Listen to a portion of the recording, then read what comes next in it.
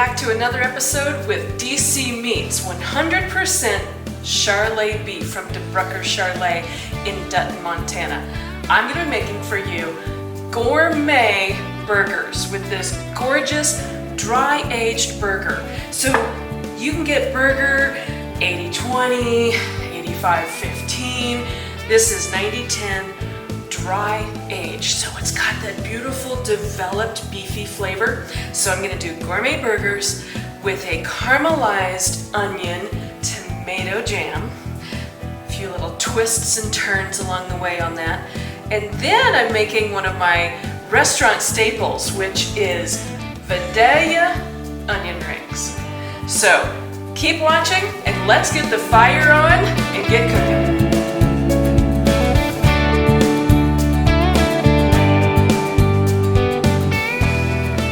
One of my little insider tricks on seasoning your burger.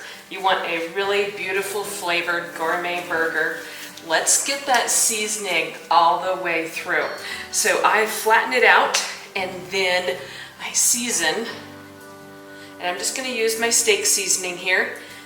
This is my Spice Line Montana Flavor to Savor steak seasoning. But if you don't have that, just get some one of your favorite steak seasoning recipes or salt and pepper. So you can see I kind of did a little coat over the flattened part. Now I'm going to work it in, and not a lot because you don't want to overwork burger. It's kind of like meatloaf. You don't want a tough burger, but I like being able to get that seasoning all the way through, and then when you're biting through kind of that luscious, unctuous burger, you got flavor. So I'm just going to kind of patty these up now, and then it's just amazing quality beef that we're working with here. I'm so in love with this program. So first we'll get working on the tomato jam, and then I'll get these on a hot grill.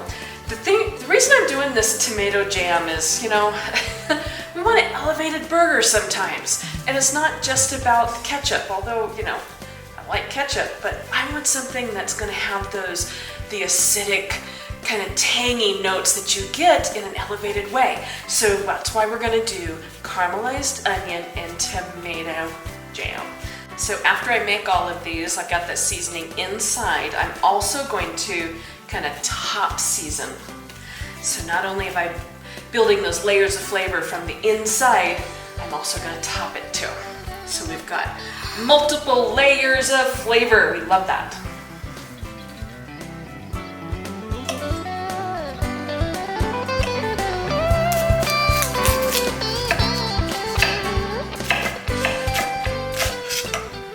We're going to get this caramelized onion tomato jam going.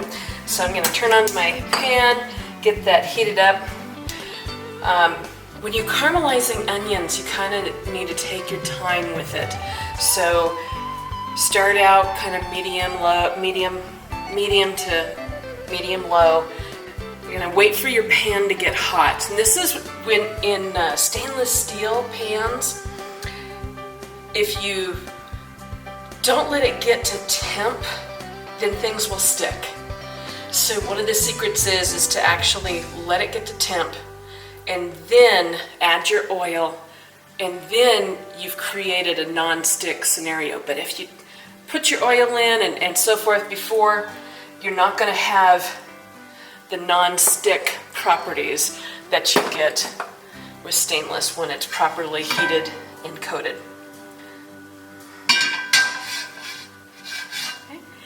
There we go, and you can always, when it starts to shimmer or smoke just a little bit, that's when you know you're hot enough, or just drop in. If you hear that sizzle, which I do, you gotta heat, you gotta hot. Good sizzle, good sizzle.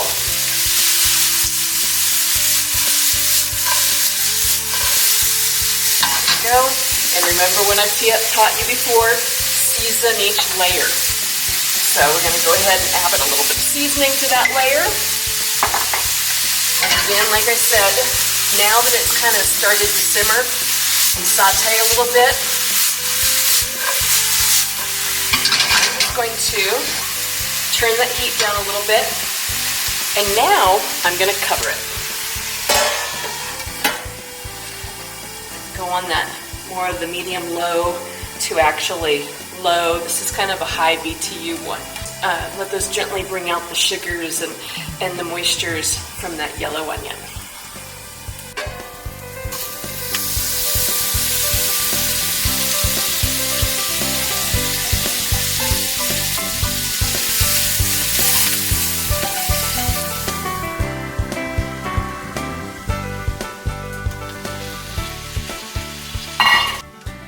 Okay, so now that I've got those onions quite a bit caramelized, they're not all the way, but I want to get my tomatoes starting to macerate. So let's get those added in there, and I'm gonna do another pinch of salt on those tomatoes.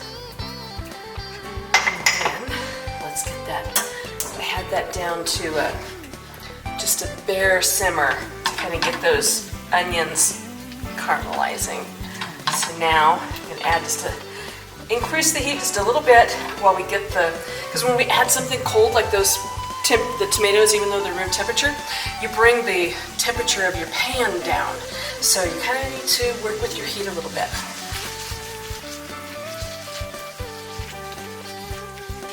Beautiful. Let's put a lid on that and let that go for a few minutes.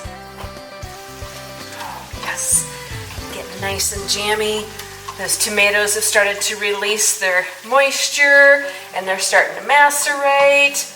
And it's getting that beautiful little sauce developed. So now at this stage, what I want to do is I'm going to add in my other elements. So I have balsamic vinegar, because tomatoes and balsamic vinegar, they're just a match made in heaven. So my jam is balsamic vinegar and blackstrap molasses. So this is my sweetener. Remember I was saying that I wanted it to be a replacement for the ketchup. So because of that, I want kind of that tangy, the tangy sweet elements with like you would get with the over-the-counter ketchup. We don't want that. We want elevated. So that's kind of where I'm going with all of that. Now I'm going to let that kind of reduce down. I'm also going to add a little bit of water because that will help bring out help macerate those tomatoes and everything else even a little bit more and get more jammy. I'm going to also add some spice. I want some red pepper flake in there. We got the sweet, we got the tangy. Now I need a little heat. It's going to pair beautifully with the fat of that dry-aged Debrucker Charolais burger.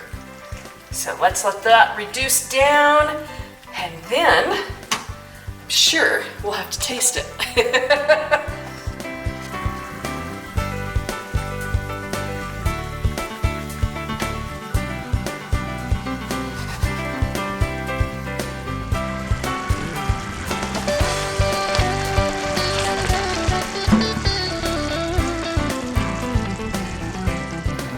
These are looking really, really good.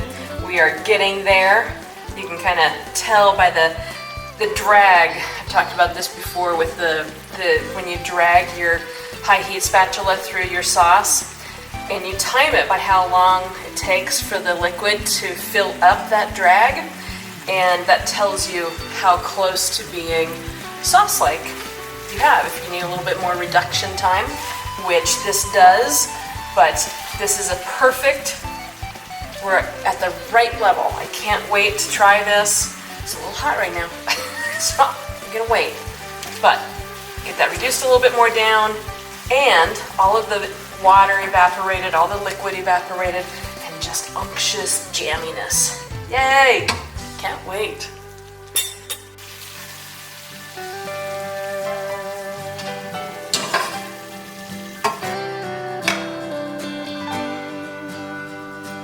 Nice and jammy.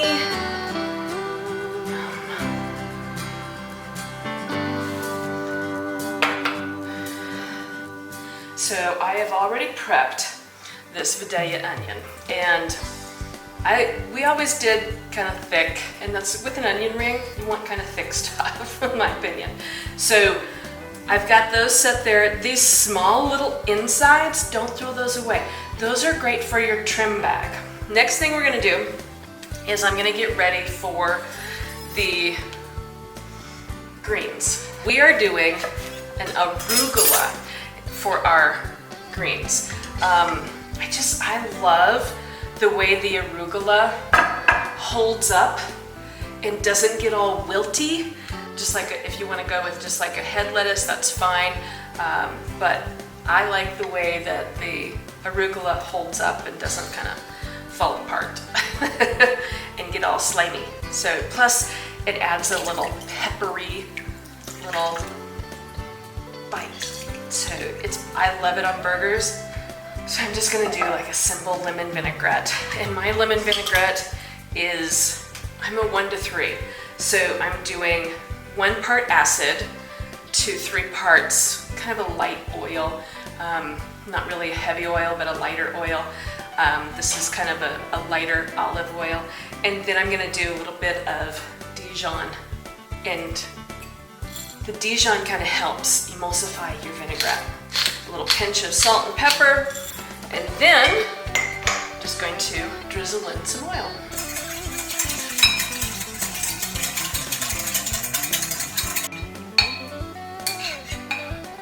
Okay, so we've got that vinaigrette resting over there. Now I want to get kind of the dry components to my beer batter for my onion rings going. So what I have here is just all-purpose flour and cornstarch, and kind of the ratio is 2 to 1. 2 parts flour, 1 part cornstarch. And then you want to season it. This is one of those things when a lot of people ask me, what's your secret to your onion rings or your beer battered shrimp or whatever? Season your batters. That's kind of the secret. And so I'm going to use some of my herb seasoning and season that batter up, but also I want a little kick. So I'm gonna do some little cayenne pepper. I'm gonna mix all of that in, but here's another little insider thing. So taste your dry ingredients. Taste your flour. See if it's gonna taste like raw flour, but you'll also be able to see if you can taste a little bit of salt. You don't want it to be just flour, you wanna have some flavor to it. Yes, perfect. Take a little taste of it. Yeah. Now that all the dry ingredients are mixed, right before, I'm gonna get a cold beer. Because you can use just soda water if you don't want to use beer. Use a cold, freshly opened soda water. And that's great. I like more of a lighter beer, not so much a darker beer. Just because the batter gets a little bit too bitter with the darker beers. So go with a lighter kind of lager style beer or soda water. Now, I made these up. Like I said, I'm gonna season them and then got the grill going on hot and I'm ready. I'm gonna get the oil is up to 350. I'm gonna let it get to 375 because as soon as you put the onion ring in, it'll drop down to 350. So you wanna fry in that 340, 350 range. So I usually heat it up to 375 because knowing that when I drop my onion rings in, it's gonna drop. But also, it's another secret, don't overcrowd your oil. Only do a few at a time. So let's season up some of these burgers and then take them out to that hot fired grill.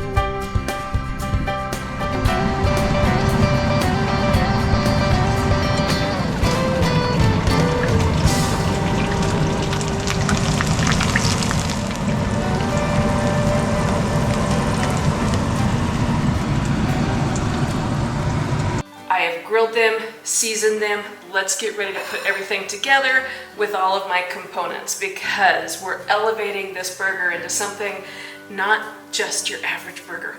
So I've got the arugula here, and I'm just gonna toss a little bit of that lemon vinaigrette that I made. Stir that up again. And I'm just, you know, essentially I just want to dress it to soften it up a little bit. It's not much, so I made more dressing than I'm going to need. This is just to get a little fresh pop. Yes, there we go. That is plenty of fresh pop. Now, I know some of you cheese lovers out there kind of thought maybe I screwed up because I forgot to do the cheese. Guess what? I did not. So I am doing, because we're elevating, I am doing that beautiful deli soft herb cheese. You know which one I'm talking about. So I'm using it like a spread on my buns. And aren't these gorgeous? I grilled them after I got done with the burgers. I grilled the buns on the same hot grill, and they turned out perfect. I'm so happy. Yay! Now, I'm gonna do both sides because, yeah, I kind of like this stuff. And I'm also, even though I've got this tomato jam, I kind of like the contrast of having a fresh tomato along with this caramelized onion tomato jam. So I've got a slice of heirloom tomato here, and let's just pop one of these burgers up here. Kind of the way I like to build this is, I need to get my jam on. So because, remember I said we were doing not the average ketchup, this is, look at that, is so thick and jammy. So this is this is replacing ketchup on this burger. And all of the flavors between that herb spreadable cheese and this jam, and then to me the arugula and that fresh pop of tomato, it just is a beautiful composed bite all the way through. It all works together.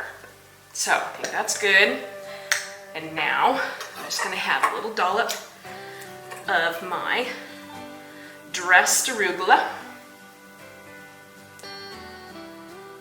You don't need a lot, but I love that peppery arugula.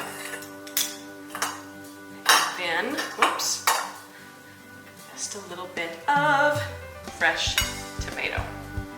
Top that over.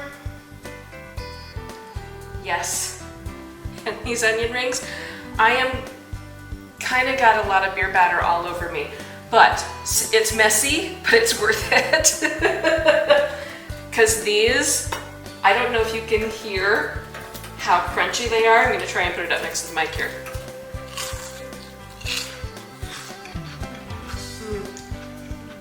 Yum. Yeah, that's going to work.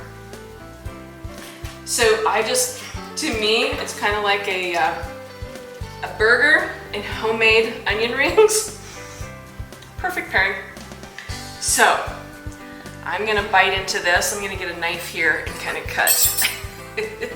I know it's gonna be messy, but it's gonna be worth it again. Creating an excellent eating experience is both a science and an art, and genetics matter.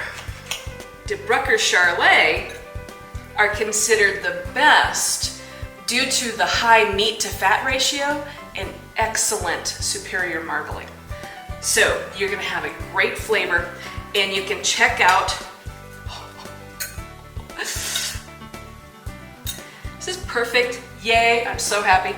Go to buydcmeats.com and check out their subscription boxes, because you can get all kinds of different, whatever works for your family. They put together the best cuts that work for you and your family. So let's take a bite.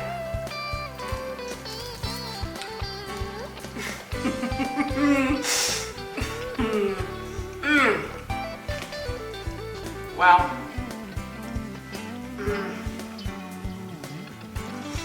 fat of that burger. The flavor of it's beefy, the dry age. So the best way, what they do is they take the primal cuts and dry age them for 21 days, and then they grind it down, cut it down and grind it down into burger. So you get this amazing depth of flavor from that dry aging process and the tenderness, but the beefy quality is superior. So definitely, and then playing it off with that jam and the arugula and that herb cheese. It's just a beautiful bite. I hope you enjoy, and go to buydcmeats.com and check out this amazing sustainable program that they have. Hormone-free, grass-fed in Dutton, Montana, grain finished and then dry aged for 21 days. You can't get a better product. Check it out.